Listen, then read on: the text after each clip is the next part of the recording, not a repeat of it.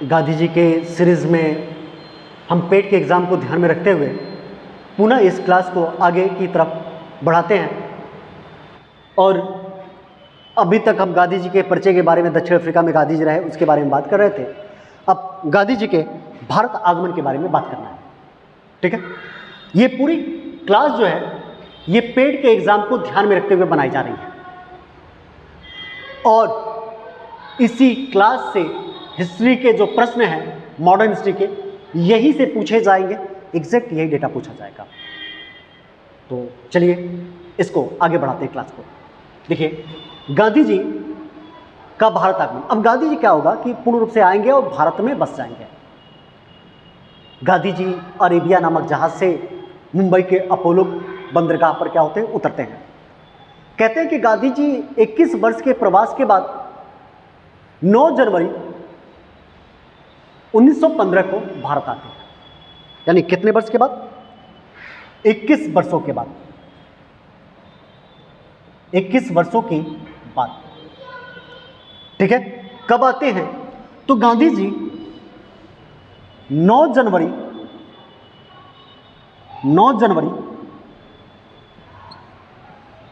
1915 को।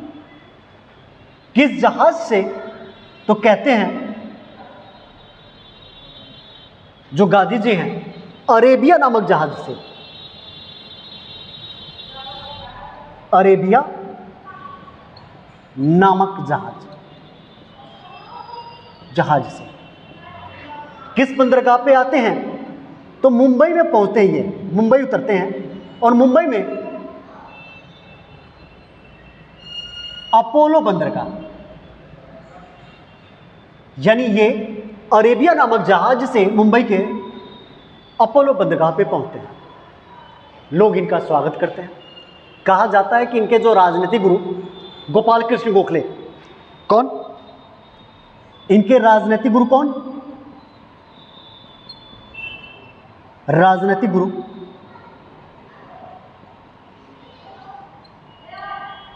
गोपाल कृष्ण गोखले। कहते हैं कि गोपाल कृष्ण गोखले गांधी जी को बारे में ये प्रकार की एक मतलब छवि क्रिएट किए थे। कहते हैं कि गोपाल कृष्ण कहते हैं गांधी जहां जाता है ना वहां लोगों की लाइन लग जाती है। गांधी जब अंग्रेजों के पास जाता है तो अंग्रेज से गांधी से थर थर कांपने लगते हैं और लोगों के मन में अंग्रेजों से डर था। अब ये बताइए, अगर जिसके से डर हो और उसी के बारे में बताया जाए कि वो उससे कांपता है तो क्या होगा? लोगों का अटेंशन जाएगा ना गांधी जी के बारे में। लोग गांधी जी से बारे में क्या हुआ, गांधी जी की तरफ अटैच होने लगे। गोपाल कृष्ण गोखले ने कहा था कि गांधी तुम भारत में 2 वर्षों तक कान बंद करके और आंख खोल के भ्रमण करना, लोगों को जानना। क्या करके? तीनों ने कहा था कान अपना खुला रखना, कान खुला व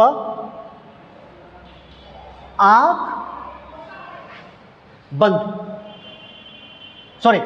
कान खुला करके और मुंह बंद करके, मुंह बंद। यानी इन्होंने कहा कि तुम 2 वर्षों तक अपने कान को खुले रखना और मुंह बंद करना। यानी नहीं कहते हैं कि तुम एक काम करो, दूसरों की बातों को सुनो, अपनी बातें मत करो। इनके राजनीतिक गुरु ने कहा। गांधी जी आए और गांधी जी भारत पहुंचे 9 जनवरी 1915 को। जब अटल जी की गवर्नमेंट थी 2003 में, तो एक थे लक्ष्मीमल सिंधवी। लक्ष्मीमल सिंधवी ने अटल जी से कहा कि एक काम न करें, हम लोग प्रत्येक वर्ष प्रवासी भारतीय दिवस मनाएं। प्रवासी भारतीय दिवस, और किसके आगमन पर? गांधी जी के आगमन पर। तो कहा जाता है लक्ष्मीमल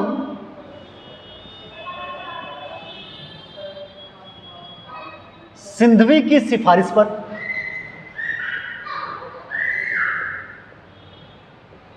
पर 2003 से प्रत्येक वर्ष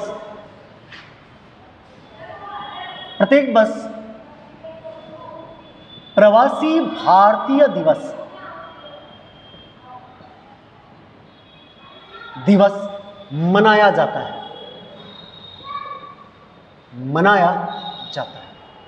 कब से मनाया जाता है? 2003 से। और कितने तारीख को? तो 9 जनवरी को। 9 जनवरी ये मनाया जाता है। गांधी जी भारत आए और भारत आने के बाद गांधी जी उस समय प्रथम विश्व युद्ध चल रहा था। क्या चल रहा था? प्रथम विश्व युद्ध।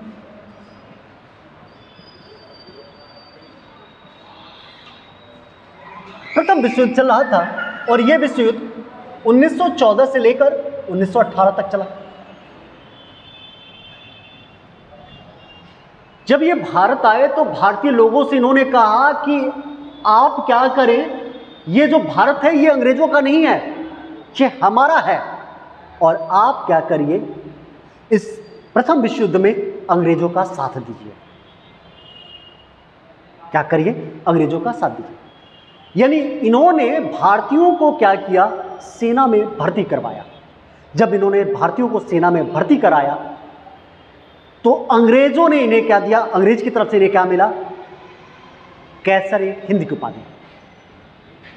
यानी भारतीय लोगों को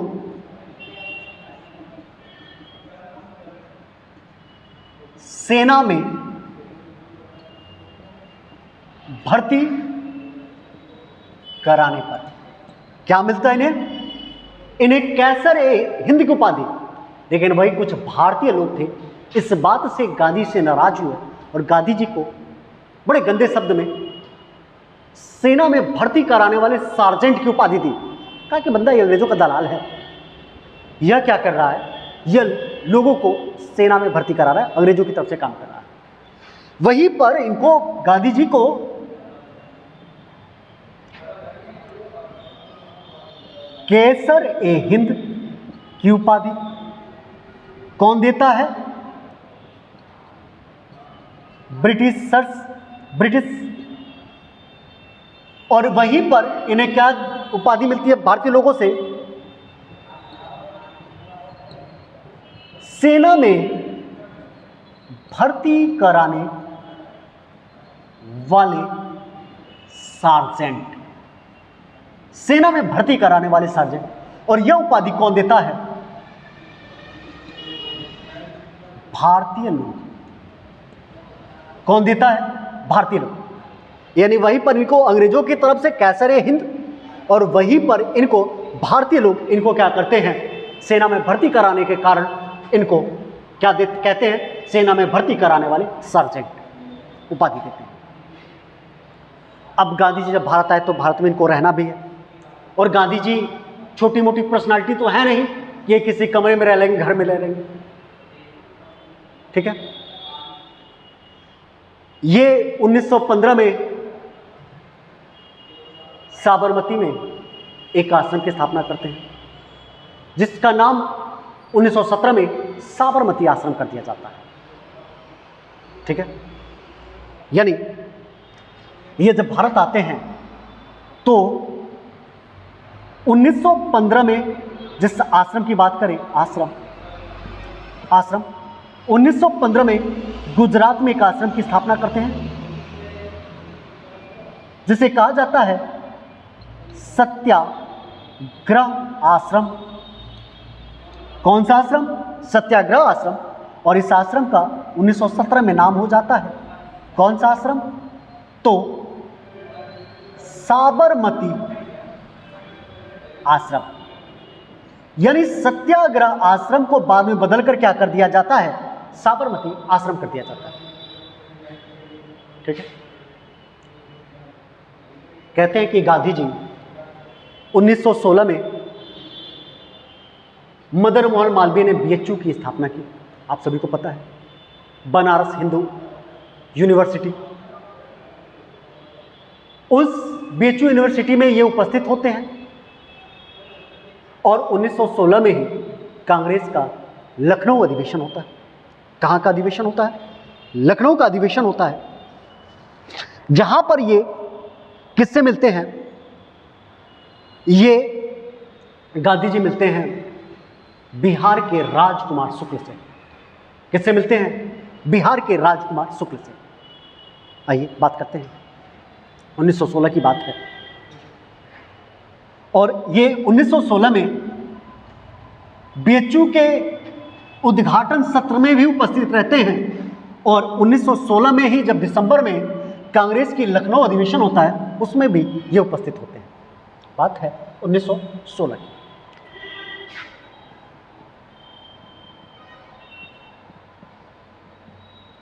मार्च अप्रैल 1916 बीएचयू की स्थापना। किसकी स्थापना होती है? बीएचयू की स्थापना। और इस बीएचयू की स्थापना में गांधी जी क्या होते हैं? गांधी जी उपस्थित।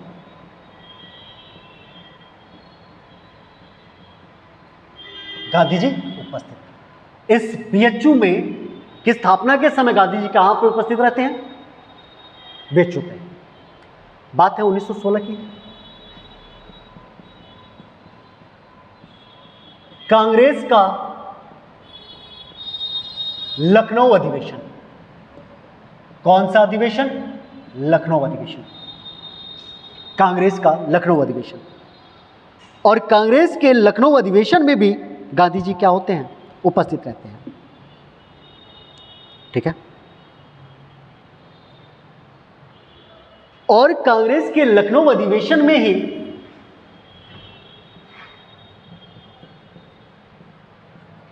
गांधी जी से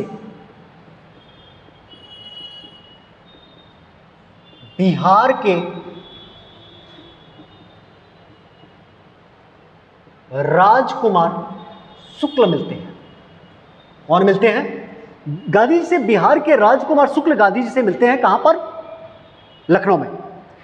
और लखनऊ में गांधी जी से राजकुमार जो शुक्ल हैं, बिहार के जो चंपारण के किसान हैं उनकी व्यथा सुनाते हैं। गांधी जी कहते हैं अच्छा तुम व्यथा सुना रहे हो, बातें बता रहे हो। अरे तुम वही भारतीय हो कि तुम हमसे झूठ बोला करते थे।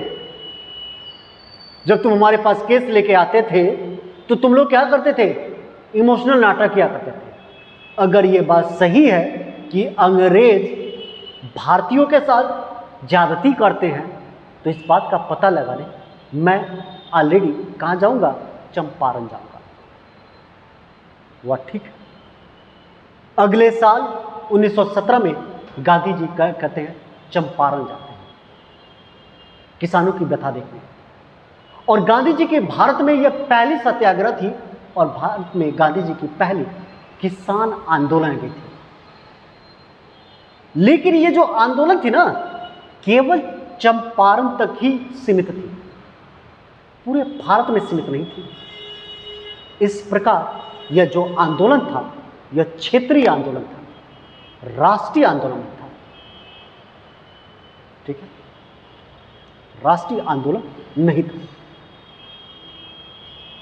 क्षेत्रीय आंदोलन था। गांधी जी 3 क्षेत्रीय आंदोलन करते हैं। कितने? 3।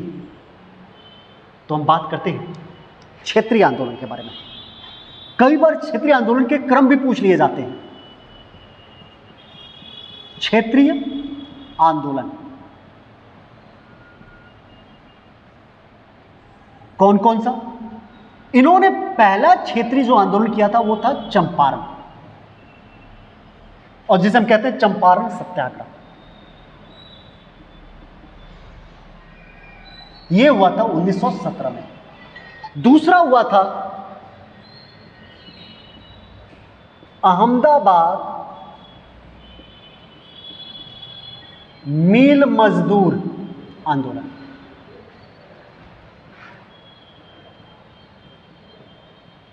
– 1918। और तीसरा आंदोलन इन्होंने किया था खेड़ा आंदोलन खेड़ा आंदोलन 1918। बात करें तो चंपारण की, और ये चंपारण सत्याग्रह हुआ कब था? 1917 में। कब हुआ था? 1917 में। चंपारण है कहां पे? तो चंपारण बिहार में, ठीक है, कहां पे है? बिहार में। और कहते हैं कि ये जो चंपारण सत्याग्रह थी, ये गांधी जी की प्रथम सत्याग्रह भारत में गांधी जी की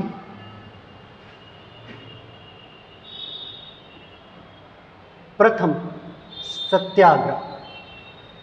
भारत में गांधी जी की प्रथम सत्याग्रह कौन सी थी? चंपारण सत्याग्रह थी। और ये किसके लिए थी? नील की खेती के लिए। किसान क्या करते, जो अंग्रेज थे, किसानों से उनके 3 हिस्से पर नील की खेती करवाते थे। एक कट्ठे के 3 हिस्से पर नील की खेती कराते थे, इसलिए इसे 3 कठिया सिस्टम, 3 कठिया प्रथा कहा जाता था। और कहते हैं कि नील की जो खेती होती थी ना, जिस जगह पे नील की खेती करा दी जाए वो जमीन बंजर हो जाया करती थी, ठीक है। गांधी जी के सूझबूझ के कारण अंग्रेज ये बात मान लिए कि हम नील की खेती अब नहीं कराएंगे, ठीक है, किसानों से। यानी किसकी खेती कराते थे किसान? नील की खेती। अंग्रेज जो थे किसानों से नील की खेती कराते थे, और किस पर? 3/20 भाग पर। भूमि के कितने भाग पर? 3/20 भाग पर। और इस कारण इस प्रथा को 3 कठिया प्रथा क्या कहा जाता था? 3 कठिया प्रथा, 3 कठिया प्रथा कहा जाता था। सॉरी, 3/20 लिखा, 1/3 भाग पर, 1/3 भाग पर। इसको कहते थे 3 कठिया प्रथा। गांधी जी ने कहा कि देखो अंग्रेज, इस प्रथा को तुम समाप्त भी करो और किसानों को तुम्हें मुआवजा भी देना होगा। अंग्रेज ने कहा कि भाई ये वही गांधी है जिसकी वजह से भारतीय लोग सेना में शामिल हुए हैं, इसकी बात माननी पड़ी। अंग्रेज कहे ठीक है, क्योंकि उस समय उनको अब सिंथेटिक नील प्राप्त होने लगा, अब वह केमिकल के द्वारा नील बनाने लगे। उन्होंने कहा ठीक है, कोई बात नहीं। उन्होंने कहा, गांधी जी ने कहा कि आपको क्या करना पड़ेगा, इनको कुछ मुआवजा भी देना पड़ेगा। अंग्रेजों ने कहा ठीक, हम दे दें, वो भी कर देंगे। भाई क्या करेंगे, ठीक है, मरता क्या नहीं करता, भाई तुम्हारी बात तो माननी ही पड़ेगी। तो अंग्रेजों ने किसानों को 25% मुआवजा दिया। कितने प्रतिशत मुआवजा दिया? 25%, ठीक है। अब इसी सत्याग्रह से जवाहरलाल नेहरू, राजेंद्र प्रसाद जैसे लोग हैं, वो राजनीति में क्या करते हैं? अपने कदम रखते हैं। इस घटना से जो चंपारण सत्याग्रह है, रविंद्रनाथ टैगोर गांधी जी से इतना प्रभावित होते थे, इतना खुश होते हैं कि रविंद्रनाथ टैगोर गांधी जी को, रविंद्रनाथ टैगोर जो हैं वो गांधी जी को किसकी उपाधि दे देते हैं? वो महात्मा की उपाधि दे देते हैं, महात्मा। लेकिन वहीं पर एक व्यक्ति हैं एनजी रंगा, जिनको ये थोड़ा भी पसंद नहीं आता है गांधी जी की सत्याग्रह, और वह गांधी जी के सत्याग्रह का क्या करते हैं? विरोध करते हैं। उनका नाम क्या है? एनजी रंगा। एनजी रंगा। एनजी रंगा क्या करते हैं? इस सत्याग्रह का विरोध करते हैं। क्या करते हैं? विरोध करते हैं, ठीक है। और यह गांधी जी की पहली किसान आंदोलन थी। कौन सी आंदोलन? किसान आंदोलन, ठीक है। यह गांधी जी के किसान आंदोलन थी। तो मैं उम्मीद कर रहा हूं कि जो चंपारण सत्याग्रह है, इसके बारे में आपको समझ में आया होगा। इसके बाद क्या होता है? गांधी जी गुजरात पहुंचते हैं और गुजरात में उनको खेड़ा जाना था। तभी अहमदाबाद में मिल मजदूर जो है आंदोलन यानी सत्याग्रह स्टार्ट हो जाता है। कौन सा? मिल मजदूर आंदोलन। बात है 1918 की, इस बात को हटाता हूं। 1918 में जो मिल के मजदूर थे वह आंदोलन कर देते हैं। आंदोलन क्यों करते हैं इस बात को अगर ध्यान दें तो क्या होता था कि प्लेग जैसी महामारी फैल गई थी। जो चूहों के पिस्सुओं से होने वाला रोग है प्लेग, वो प्लेग फैल चुका था। जब प्लेग फैला था तो जो कंपनी में काम करने वाले कर्मचारी थे वो कंपनी में काम नहीं कर रहे थे। तो जो कंपनी के मालिक थे उन्होंने कहा कि एक काम न कर दिया जाए, इनको बोनस बढ़ा दिया जाए। उन्होंने कहा कि जो भी कंपनी में काम करेगा तो मैं प्लेग बोनस दे रहा हूं, मैं आपको 50% प्लेग बोनस दूंगा। ठीक है, कितने प्रतिशत? 50%। लेकिन जब प्लेग खत्म हो गया तब उन्होंने प्लेग बोनस को हटा दिया। मजदूरों ने कहा कि प्लेग बोनस तो आप हटा रहे हो, परंतु प्रथम विश्व युद्ध के कारण महंगाई बढ़ चुकी है, इन्फ्लेशन बढ़ चुका है। आप क्या करिए, आप अब इस बोनस को प्लेग बोनस ना करके जो हटा रहे हैं इसको महंगाई भत्ता के रूप में आप दे दीजिए। कंपनी ने कहा नहीं, हम तो भाई दे रहे थे आपको, प्लेग बोनस दे रहे थे, महंगाई नहीं दे रहे थे। इसी पर क्या हुआ, आंदोलन स्टार्ट हो गया। अंततः गांधी जी के सहयोग से गांधी जी ने कहा कि ना आपकी ना हमारी 15% हम घट रहे हैं और कंपनी कहती है हम 25% देंगे। गांधी जी ने कहा आप भी कुछ बढ़िए, 20% शायद बोली थी, 35% बढ़िए, 15% आप बढ़िए, 15% हम घटते हैं, 35%। अंत में 15% पर क्या हुआ, 35% पर मुद्दा तय हो गया।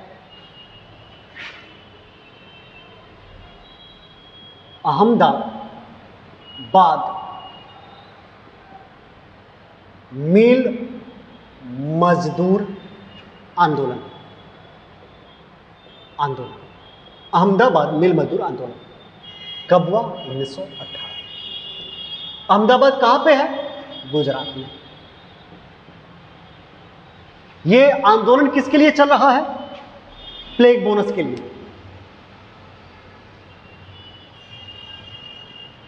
उसको समाप्त कर दिया गया ना इसको। और कितना प्रतिशत था? 50%। यह जो प्लेग बोनस था यह 50% था, इसी को लेके आंदोलन चला था। और यह कैसा आंदोलन है?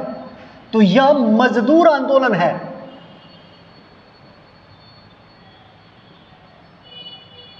और पहली बार गांधी जी ने यहां पर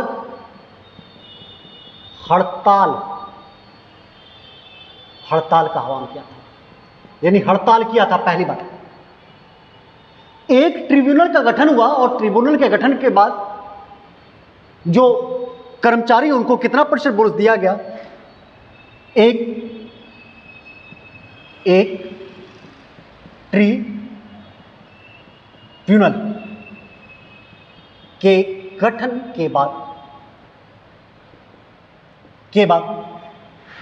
35% बोनस दिया गया। कितना बोनस दिया गया? 35% बोनस दिया गया। एक ट्रिब्यूनल का गठन किया गया और अंग्रेजों ने क्या किया? मजदूरों को 35% का बोनस दिया। तो ये बात रही, और ये भी क्या हुआ? सफल रहा।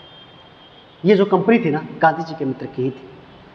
गांधी जी अपने मित्र के खिलाफ आ गए थे। उसके बाद तीसरा जो आंदोलन होता है वह आंदोलन होता है खेड़ा आंदोलन। खेड़ा आंदोलन, और ये 1918 में ये भी होता है। ठीक है, जहां पर ये 15 मार्च को होता है वहीं पर ये 22 मार्च को होता है खेड़ा वाला। गांधी जी गुजरात में थे। ये खेड़ा जो है गुजरात में है। एक्चुअली क्या हुआ था ना, जो खेड़ा है, खेड़ा में अकाल पड़ गया था। और अकाल पड़ने के कारण जो किसान थे, आप सभी जानते हैं किसान मालगुजारी बड़ा लगाते थे, बहुत लगान लेते थे।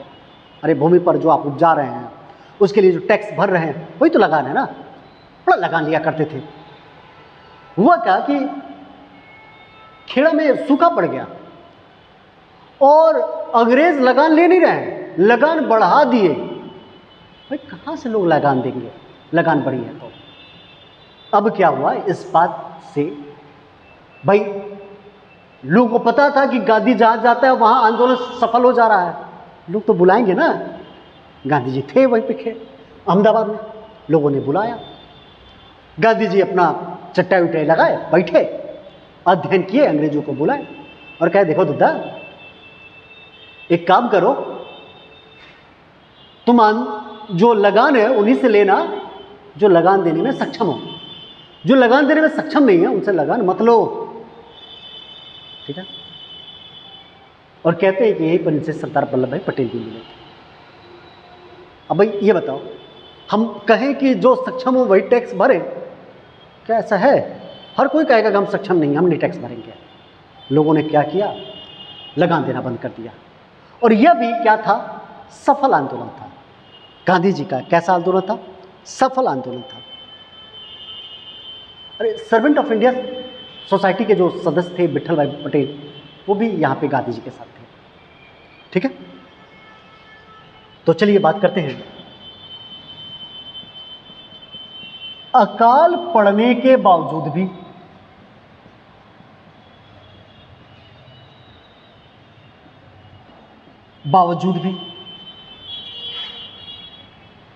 अंग्रेजों ने लगान को बढ़ा दिया।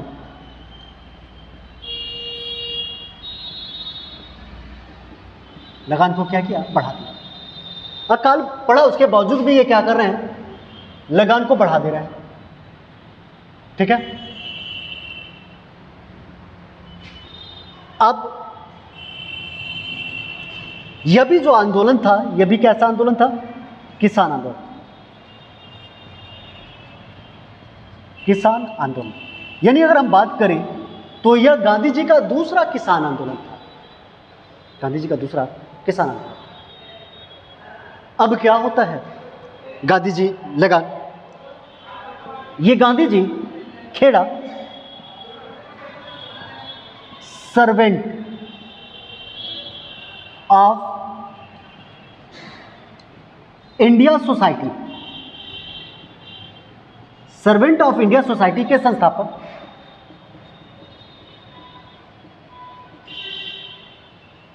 विठल भाई पटेल,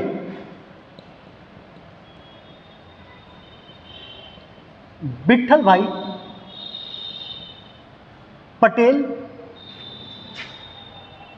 के साथ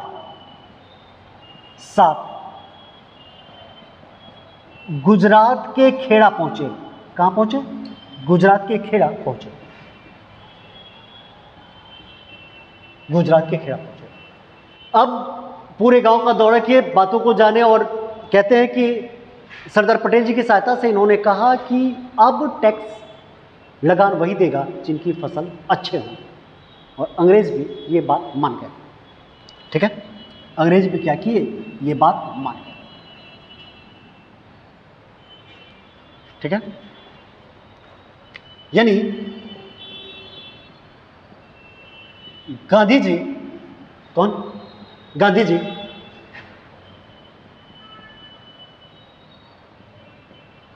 वल्लभ भाई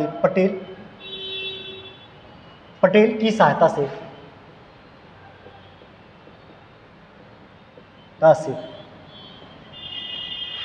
कहा कि अब लगान वही देंगे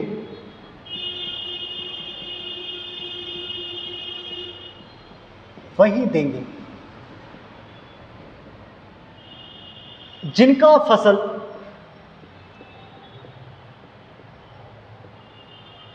अच्छा हो, ठीक है। जिनका फसल क्या हो? अच्छा हो, वही क्या करेंगे? लगान देंगे, यानी टैक्स देंगे। तो इस प्रकार जो थी गांधी जी के तीनों क्षेत्रीय आंदोलन सफल रहे, ठीक है। तो ये जो बातें थी गांधी जी से संबंधित, जो उनके परिचय और क्षेत्रीय आंदोलन के बारे में, नेक्स्ट क्लास में हम रोलेट एक्ट से बात को आगे बढ़ाएंगे। तो आज के लिए धन्यवाद, और मैं उम्मीद कर रहा हूँ कि ये जो क्लास है आपके लिए सबसे बेस्ट होगा। आप इसे शेयर करें, लाइक करें और सब्सक्राइब करें। धन्यवाद।